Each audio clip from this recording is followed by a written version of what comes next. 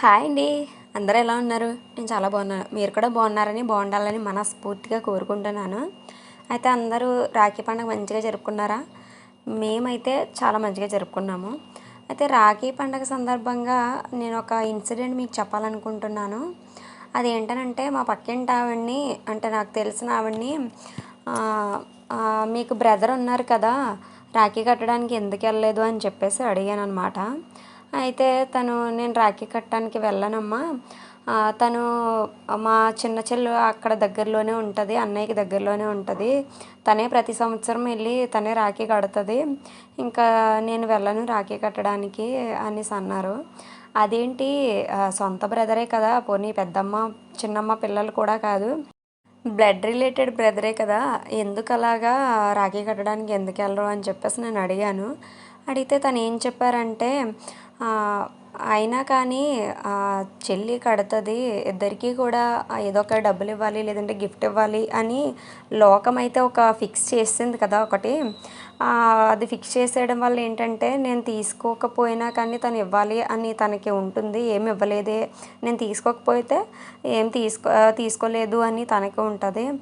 అయినా కానీ ఫైనాన్షియల్గా తనకి భార్య బిడ్డలు ఉన్నారు. తను ఏ సిచ్యువేషన్లో అయినా ఉండొచ్చు, తను మరీ అంత పూర్ స్టేజ్లో లేకపోయినా కానీ ఏమో ఎవరికి తెలుసు తను ఏ సిచ్యువేషన్లో ఉన్నాడో. అలాంటి సిచ్యువేషన్లో వెళ్ళి తనకి రాఖీ కట్టి ఫైనాన్షియల్గా తనకి ఇబ్బందిగా ఉన్నా మా కోసం వాళ్ళు సర్దుకుని మళ్ళీ మాకు డబ్బులు ఇవ్వడం, గిఫ్ట్ ఇవ్వడం, ఇదంతా కూడా నా వల్ల వాళ్ళు సఫర్ అవ్వడం నాకు ఇష్టం లేదు. ఎలాగో చెల్లి కడుతుంది కదా, నా మనసులో ఆ రక్షాబంధన్ సందర్భంగా నా మనసులో తనకి ఎప్పుడు దేవుడు రక్ష ఉండాలని, తను ప్రతి దాంట్లోని విజయం సాధించాలని ఎలాగో కోరుకుంటాను. వెళ్ళి రాఖీ కడితేనే నేను తనకి రక్షాబంధన్ చేసినట్టు కాదు, నా మనసులో తన గురించి ఎప్పుడూ అనుకుంటూనే ఉంటాను. ఆ రాఖీ ఫెస్టివల్ రోజు ఒక్కరోజే కాదు అని చెప్పేసి అన్నదనమాట. నేను నిజంగా చాలా షాక్ అయ్యానండి. చాలామంది కనీసం నార్మల్గా కాల్ చేసి అన్నయ్య ఎలా ఉన్నావని లేదంటే బర్త్డే కానీ దేనికి విష్ చేయని వాళ్ళు రాఖీ పండగకి సడన్గా వచ్చి పడిపోతూ ఉంటారు. అలాంటి వాళ్ళతో పోలిస్తే ఇలాంటి సిస్టర్స్ ఉండడం చాలా అదృష్టం. నేనైతే నిజంగా చాలా ఆ బ్రదర్ ఇలాంటి సిస్టర్ ఉన్నందుకు చాలా లక్కీ అని అయితే నేను ఫీల్ అయ్యాను. ఇది ఇప్పుడు మీరు చూస్తున్న వీడియో అయితే మా మేడ పైనుంచి కూల్ క్లైమేట్ అనమాట. విలేజ్ కదా, గ్రీనీగా చాలా మంచి వైబ్. అయితే అప్పుడే వర్షం పడి పోయింది, చాలా మంచిగా అనిపించింది క్లైమేట్. అలానే ఏదైనా ఒక మ్యాటర్ చెప్పడానికి ఏ వీడియో పెట్టాలో నాకు అసలు అర్థం కాక నేను వీడియోస్ సరిగ్గా చేయలేకపోతున్నాను, ఏదైనా టాపిక్ ఉన్నా కూడా.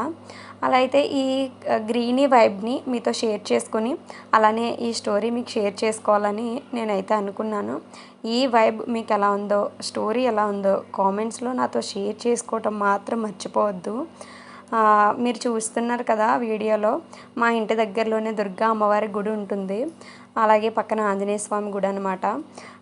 చాలా మంచి వైబ్ ఉంటుంది మార్నింగ్ నుంచి ఈవినింగ్ వరకు కూడా. పల్లెటూరు అంటేనే ఒక పాజిటివ్ వైబ్ అనుకోండి. మనుషులంతలా లేకపోయినా క్లైమేట్ ఎప్పుడూ కూడా పాజిటివ్గానే అందరినీ పలకరిస్తూ అందరినీ ఒకేలా చూస్తూ ఉంటుంది. మీకు ఎలా అనిపించిందో కామెంట్స్లో నాతో షేర్ చేసుకోవడం మాత్రం మర్చిపోవద్దు.